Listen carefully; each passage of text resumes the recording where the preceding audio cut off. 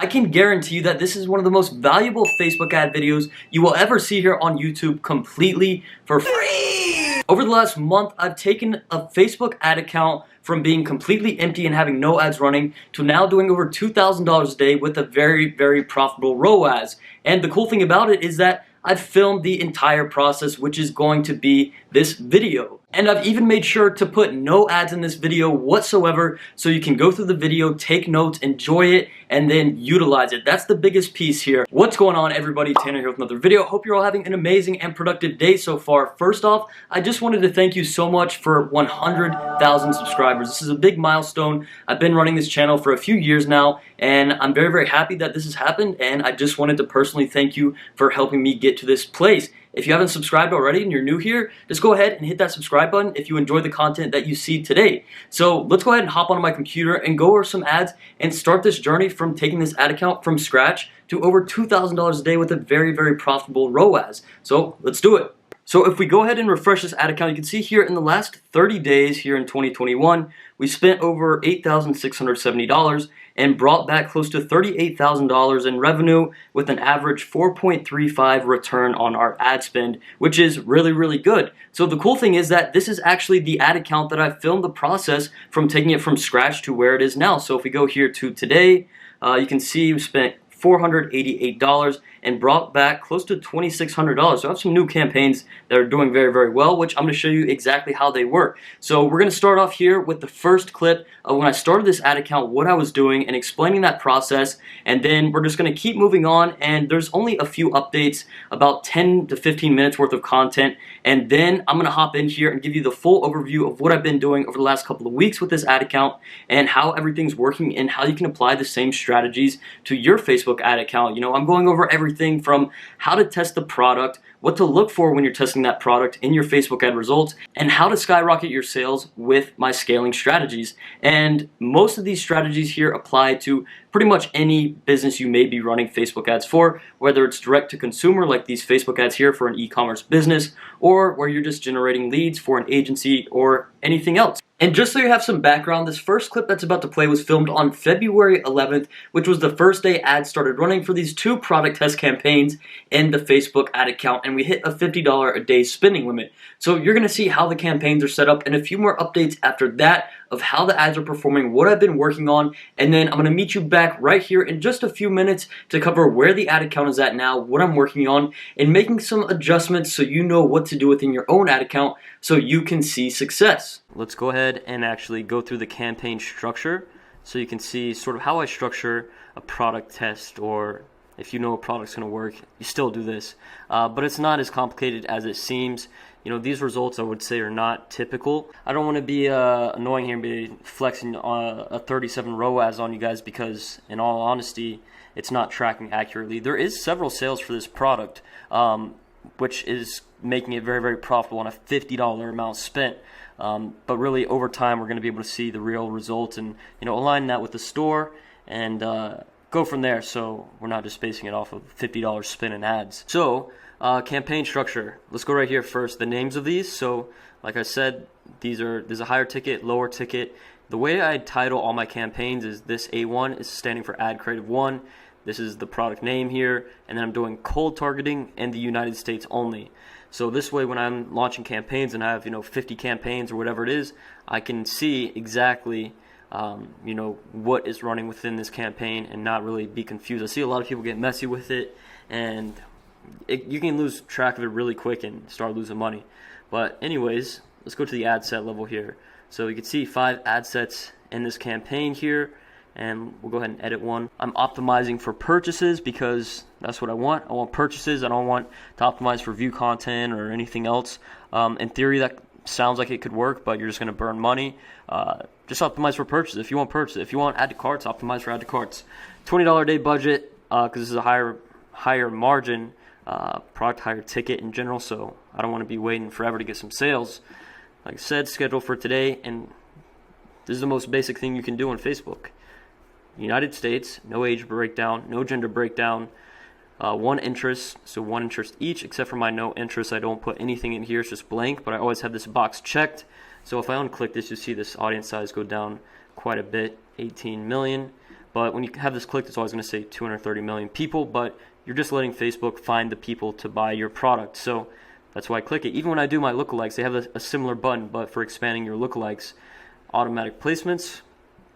And then I made this campaign with 5 ad sets. And you can see here, you can edit all these. You can see they have the same ad creative. So A1, BC.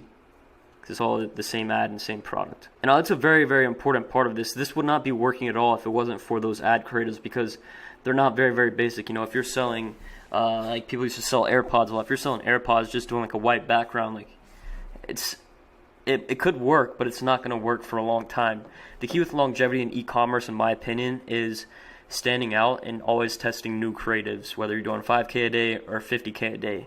That's really what it takes for longevity, in my opinion. But you don't need to worry about that from the start necessarily, as far as having multiple creative and keep making them. Your main objective should just be getting consistent sales. And obviously if you go into a product test with a crappy creative, then it may not work how you want it to work, and it may be a good product that could sell, but if it's not working, then you have a crappy creative, then why are you doing that? Put together something nice. And what I mean by put together something nice, I know sometimes budget may not be something that's super big where you could spend $500, $1,000 on custom ad creatives for a product test. I know it sounds ridiculous, but just stand out. Don't just take somebody else's ad exactly and start using that. Try and just do something different. The biggest thing you can do is just making your ad as relatable as possible. So if I was selling AirPods, I would bring that into what do people see AirPods being used for? People listening to music. So you see ads that Apple runs, or not even runs, that has for AirPods, is just them actually being worn, whether it's someone running, listening to music, reading a book, or whatever. Just something of it being used. And it doesn't always have to be a video ad. A lot of people think that with drop shipping, you always have to be using video ads. I've seen most success with image ads and carousel style ads here on Facebook. So this is update number 1. Like I said, this is just day 1 today, February 11th. Refresh this ad account for you guys so you can see again. And yeah, I'll see you in the next update in 1 second. Peace. Alrighty, so 3 days later, just a quick update. I haven't done anything to the ads because we're still on a $50 a day spending limit. Still waiting for that to get removed. Should happen any day now, but the ads have just now, ad set level wise, have started to spend they've spent the total daily budget within 4 days, which is not really what we want. A couple sales here and the necklace ad set. And for this product, the lower ticket one has 3 sales and no interest, and 2 on Louis Vuitton, with an overall profitable ROAS, which is good to see. So like I said, we're just aiming to average, if we can average a 4 to 5 ROAS as the limits go away and we could scale it, that's all we're looking for. And we'll go higher if we can, but that's the update for now. 3 days later, I'll check in. Hopefully this limit gets removed by the next update, and I'll be able to do some new ads and show you exactly what's going on, but I'll see you then. Alright, update number 3. So the last update was on February 14th, and you could see not too much was going on. We still had that $50 day spend limit, but luckily yesterday, which was the 18th, this is several days later, that spending limit was removed. So overall yesterday was not a good day, but that limit got removed, and now these ads are able to spend fully. So you can see today, no sales in these main campaigns, but the CBO, which I'm going to explain in a second, is definitely doing well, and overall over a 5.5 ROAS, which is really, really good. So basically what I've been doing is not much, just because the spending limit got removed yesterday. So yesterday was the first time I actually did something with the ads. So let me go ahead, make myself a little smaller here. So these ad sets here, this is obviously a higher margin product, but these were spending, they've spent over 60 without a sale, so I decided just to cut these for right now. And same thing here for this other product. This one's a little bit lower ticket, and I believe these other ad sets will continue to get more sales, and the ROAS will increase now that the spending limit is removed, and it'll be able to spend that full daily budget finally. So that'll be able to give us some real results. But what I went ahead and did yesterday, last night, and scheduled for today, was I went here and I saw the no interest ad set for this higher ticket product has been doing really, really well. So what I went ahead and did was I duplicated it 3 times into a new campaign. And what I did here, just to show you the structure, this is the new campaign here, and I did it as a CBO. So you can see it's 3 ad sets here of the no interest, those 3 duplicates like I just showed you. and then I just turned it as a CBO instead of ad set level budgets at $60 a day. So that's 3 times the original daily budget, so $60 per day total. Just because if I have an ad set that I see has over 10 sales and it's profitable, this is just the next step I go to continue spending money on that targeting and starting to scale up slowly but surely. So nothing too crazy yet. I'm going to let these run for another day and then get to work on some new ads, and I'll keep you guys in the loop. Talk soon. So now fast forward a few weeks, it is now March 17th, the last update was on February 19th, and the reason I'm here now and not ending the video is because there's so much more to get into. Looking back on those updates, there's a lot of things that I wish I touched on more and gave more explanation on, and I'm sure you felt the same way, which is why now we're going to be hopping into the ad account live and going over every little thing that I've been doing since the last update and even previous to that, so you get all your questions answered and are able to get results like this for yourself. So right here we have a live view. Unfortunately, this is not for the one that we're showing you the ad account for. This is something completely separate. I just always like to touch on this in all of my videos and show you guys this is something I actually do for a living. This is something I enjoy doing, running ads on Facebook, and to make sure that you're learning from someone who is successful in whatever you're trying to learn. So without further ado, let's go ahead and hop onto the ad account, go through all the details so you can build something like this for yourself. And if you're watching this video and are actually serious about taking yourself to the next level within the e-commerce space, whether you already have a store that's doing very, very well and you want me to help scale it, or you're watching this and you want to start completely from scratch and want my team and I to help you cut the learning curve and kind of boost that process for you. Either way, just shoot me the word ecom on Instagram, ECOM. Just shoot me a DM and I will get back to you and probably ask you a few questions to see if this even makes sense for you and how I can help you. So just shoot me that on Instagram and I'll get back to you and we'll see if it makes sense. But now we are actually on the ad account. So like you saw, the last update was on February 19th.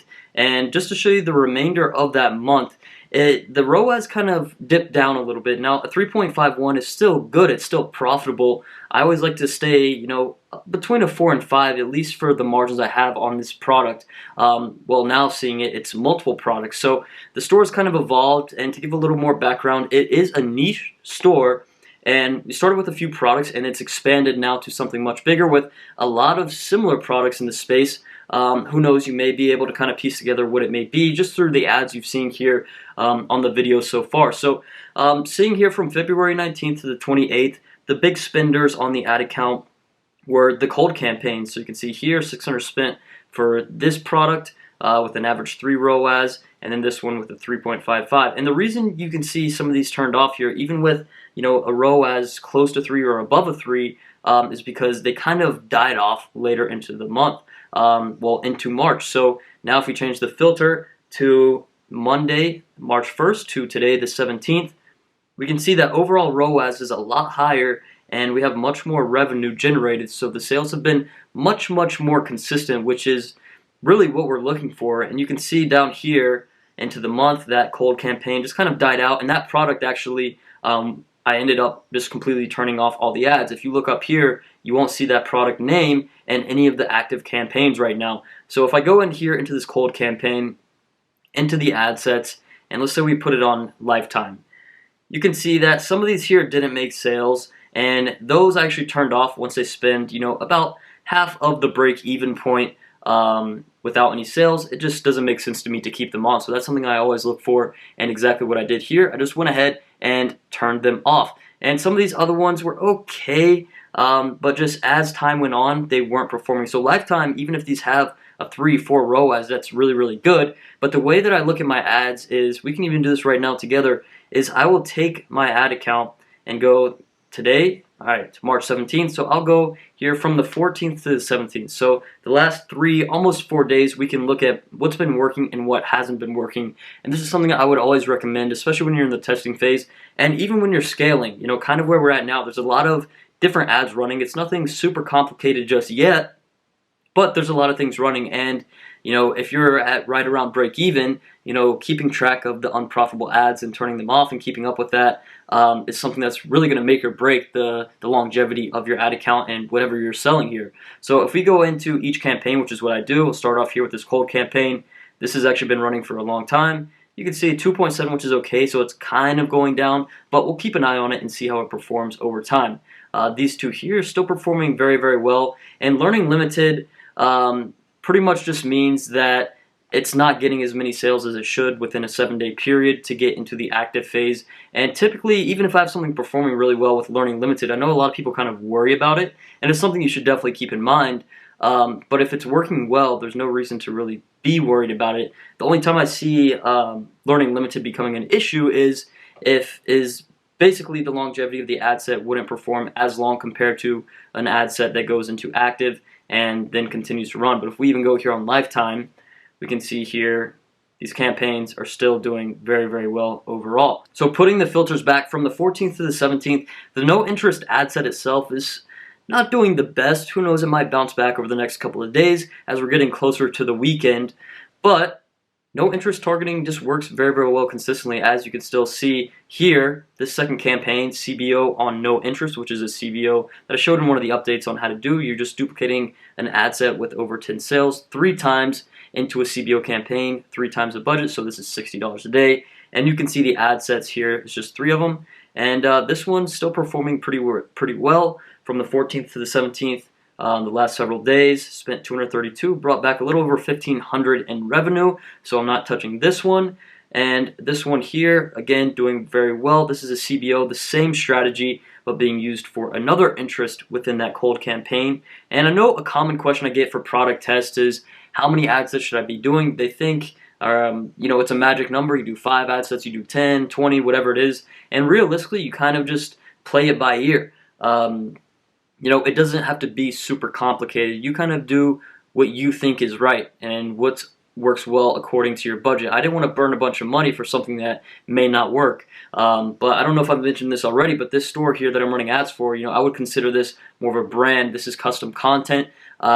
This is an actual brand. This is not just a normal, what you would call a crappy dropshipping store. The consumer can't really tell if this is dropshipping or not, even though this is an actual brand with inventory that I pretty much knew was going to work. And when you put the work into something that you believe is going to work, most of the time you can make that happen. Most people start out dropshipping a really basic store that consumers can automatically tell is a dropshipping store, and running ads that they steal maybe from someone else, or using clips, which can be okay, but it just really doesn't work anymore. That worked really well when I first started this channel a couple of years ago, but nowadays definitely isn't going to cut it. You really need to put in work. And now inventory isn't something you necessarily need, because there's still great suppliers out there, whether it's from China or within the US, that can ship your product in good packaging and a pretty decent time. But inventory can make a lot of sense as, maybe an upsell. You have an X amount of inventory for people that choose US-based shipping and still ship normal orders from China, making them aware of what the shipping times may be. So these CBOs here from March 14th to 17th, I'm not touching these. If we go into the ad sets here, this is actually for a new product that I was doing a test on, and you can see here there's no interest. These are all lookalike audiences. So basically, I've touched on this in my YouTube channel before, but when you're making sales and you have a good amount of data and it's been profitable, then you can use that data to test other products that are similar in the space. So I talked about this now being a niche store with multiple products within the same space. So now you can use this data here to test this new product, and you can see here, out of all the assets that were running, a very small amount of them worked. I probably should be doing some interest in here. And you can see here, this one 1.86, turn off. So now that's off. There's only 2 assets running that are still performing this week so far for this product.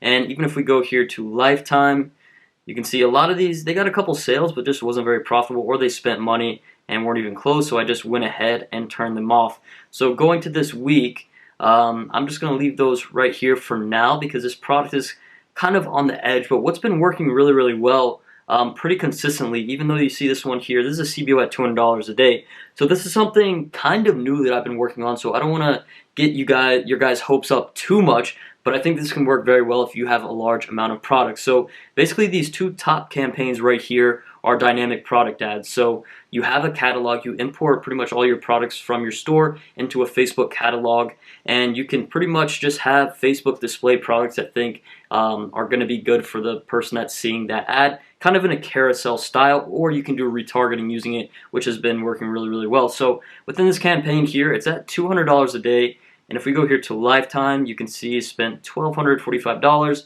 and generated around $5,800. So it was originally a $120 a day budget, but I ended up bumping it up to see if it would continue to work. and that was a few days ago, and it looks like it's not really working as well as it was since I bumped up that budget. And now CBOs do tend to take quite a bit more time to optimize and perform compared to an ad set level budget. Just because it's using campaign, you have multiple targeting and sometimes multiple creative. And now opening this dynamic campaign, you can see it's a different campaign objective compared to normal conversion campaign. So this one's a conversion campaign and we're optimizing for purchases. But here, you're choosing catalog sales, and then whatever catalog you have, you select there, and this is a CBO. And let me show you what I actually have in here that's been working. So what I did was start off with just no interest to see how that would perform, and on lifetime it most definitely has done well, a majority of the sales within the campaign. But I would say dynamic product ads are going to tend to work best and perform very consistently for retargeting. But obviously for retargeting, you can only spend compared to how much traffic you're actually bringing to the store itself. So going back to this week, we can see these couple retargeting ones are doing very, very well. And there's a couple different options that you can actually use. And what's cool about the dynamic product ads is that you can actually do the custom audiences within the ad set itself and not have to make the audiences and input them and exclude other ones. So here I'm doing retargeting ads to people who interacted with your product on or off Facebook, and I chose here the last 180 days, people that have viewed or added to cart but not purchased. And the reason I do 180 days, even though this hasn't been running for 180 days, because that's the highest time frame you can do. And if this runs for over 6 months, it'll continue to update by itself and reach a more broad audience, which allows me to spend more money and see continuous results. Now, doing smaller audiences most definitely can make sense,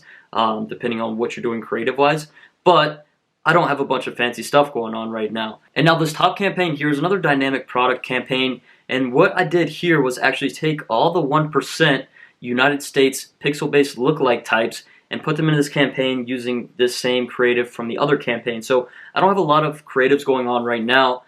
Pretty much what I'm doing right now creative-wise, and this campaign right here for the dynamic product ads, you can see here it's all the same. So dynamic product ad 1 is the same one I'm using, cold to warm, because what I would consider cold to warm is either cold targeting or lookalikes, which are warm, and then retargeting would be hot traffic, people that have already been on and scrolling around and are more likely to buy compared to someone just directly from cold traffic. So we have the product set selected and just doing these lookalikes as the custom audience, and it's not doing too bad at all. The 1% add to cart is doing the best for sure. But if we go here on the maximum, let's see kind of where we're at. So this one, 45 spent. We'll go ahead and turn this off. And these are pretty new, so go to this week. This one, 45, not any more sales since the original purchases. So we'll go ahead and turn off the initiate checkout as well. So we've been at a pretty consistent point. I've been very, I would consider a little bit of luck here, but also a lot of work has been put into this to bring it to where it is.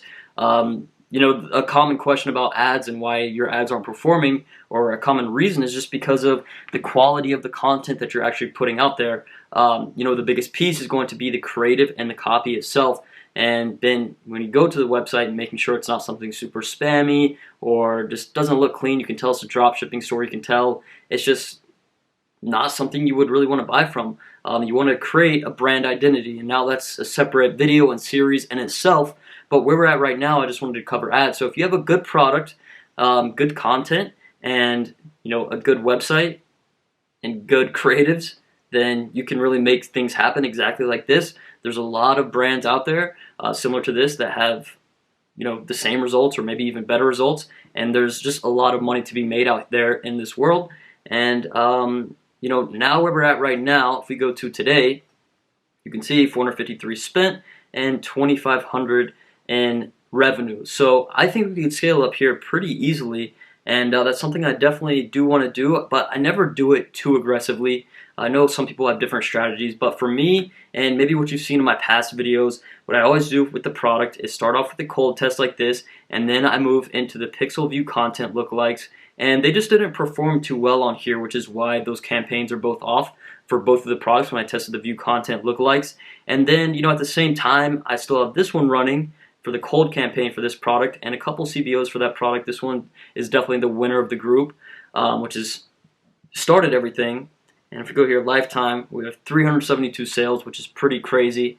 And you know, how do we build from here is the big question. So that's what we're going to do right now. We're going to dive into the ad account a little bit more and see how we can grow and what we can improve on. So the first thing I'm going to do, which is a step I actually skipped here in this campaign just because of what I was seeing result-wise with the CBOs and the dynamic product ads. So a step that's usually very beneficial for most people when running their Facebook ads after they start making some sales is to actually break down, the ad sets that they have running that are profitable and have, you know, over 10 sales, because now what we can do is actually look into all this data. So let's sort this by purchases so we can see the top one here, no interest, 38 sales, 9.65 ROAS.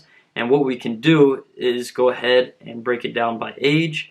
And you can see the top one here, the top demographic, 25 to 34. Now, typically the way I would do this is have like a notepad or a note sheet open, and I'm blasting some music and just having a good time. And I write down each of these specific demographics. So this one I'll kind of keep in my head and keep it short and to the point and allow you to do this on your own time and spend more time on it. But what I always do is, all right, we see all these demographics here with a few sales. I would probably stick with these top 3. They have over 3 sales with a profitable return. So I'm going to write down each of these separate age demographics. So basically it's just 25 to 34, 18 to 24, 35 to 44. But I'm going to keep in my head 25 to 34 because that has the most sales. So I'm going to go ahead now and break it down by gender. So 25 to 34. So we can see female has a majority of the sales, but the male sales are more profitable. So maybe I would try both. Now, before I forget all of these, so I can show you kind of what I'm getting at here when I'm breaking down ad sets with profitable returns, is I would go here and duplicate that ad set 3 times. So go ahead and do that. And now we're going to open up our campaign here. There are these new ad sets. We're going to click View and Edit. And what we're going to do here is, 25 to 34, male, female. So now what we can do is scroll down here, go ahead and schedule these ads for midnight since it's later into the night. This is something I just do by habit at this point. It doesn't matter too much.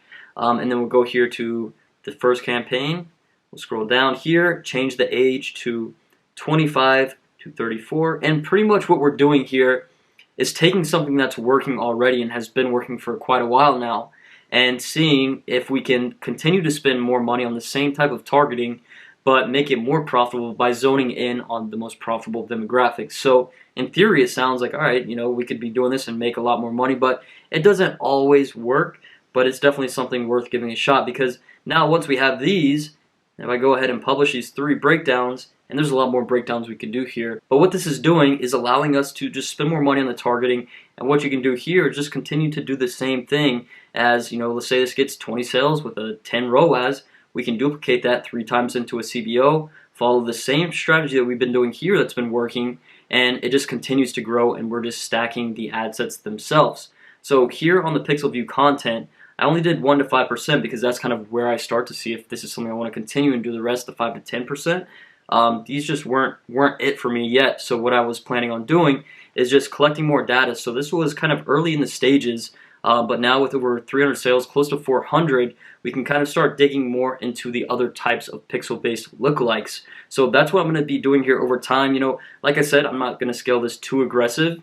And kind of back here, just real quick to touch on breakdowns, there's a lot of things you can go into as you start to make more and more sales. So once this ad set has over 100 sales, if it's still running and still profitable, you know, we can break it down by the region, so the states within the United States, because we're targeting only the United States here. You can do placement and just all kinds of different things. You can see all the breakdowns right here that you can do. Time of day is kind of a bonus thing that I talk about in a couple of my videos. And pretty much what you can do is just sort by the timing and see which times, based on your ad account time zone, are performing the best. So we can go through here and see, all right, you know, 6 a.m., 25 ROAS, 4 sales, and you can actually create ads and spend money only in those specific times. So it's, again, another one of those breakdown things where in theory it sounds like it can work very, very well, and it definitely can and does, but it doesn't work every time like you would maybe expect it to. So going out of here and where we're at now, we're doing some retargeting. We're kind of growing into these other products within the same niche using the dynamic product ads and adding to the catalogs. A lot of cold targeting still, you know, these 3 campaigns here, and then this other product. So what I'm about to do now after I close up this video is go ahead and do some cold targeting for this product right here, because it's been working okay with the lookalikes, but I think maybe some cold targeting might kind of refresh it and help it perform better. And I'm actually going to go ahead and do the same thing here I did for the dynamic product ads for the 1%, but now do it for the 2% pixel-based lookalikes, and see how we can scale it that way. Because pretty much at this rate, if we go to this month in March, we're getting an average 5 return for every dollar that we spend. So if I add another $20 a day in spend, and that brings back 100 in revenue on average, then it's going to be a pretty smooth process. But don't get confused, this process isn't always super smooth. Typically it isn't very, very simple. There's a lot of things that come into play, and just keeping an eye on your ads. A lot of people are careless to launch ads and then forget about it, or not really pay attention and be like, oh, I spent $200, where's my sales? When instead you could have saved that $200 by spending, $10, $20, paying attention to the details based off your click-through rate, your cost per click, and your CPM and all that good stuff. Because you can see here for the dynamic product ads, their CPMs are a lot lower than some of these other ones. The click-through rate is almost doubled. It's much, much better, and the cost per link click is a lot cheaper. And in that same case, you can see, based off of volume, the ads are much more profitable as well. So if you want to see more updates on this ad account and where I'm taking it into the future and starting to scale it slowly but surely, just let me know by leaving a like on this video and leaving a comment on what you want to see next, because this process kind of changes. I have the framework and the strategies that I follow, but I really play it by ear based off of the results that I see in each of the ad accounts that I'm working on. This one has been a pretty fun one to work on over the last month, and now it's at a pretty consistent point, doing about 2,000 a day or more in sales with a 5 average ROAS. So we're making the right moves. We're heading towards that 10K a day mark that we want to achieve. And if you have any questions about this whatsoever that you want answered, leave them in the comments below so I can either answer it there, or if it's something that needs to be explained visually, that I can do that on a video. So once again, I appreciate you all for watching. Thank you so much for 100,000 subscribers. And if you enjoyed this video, make sure to leave a big like, comment, and subscribe. Peace.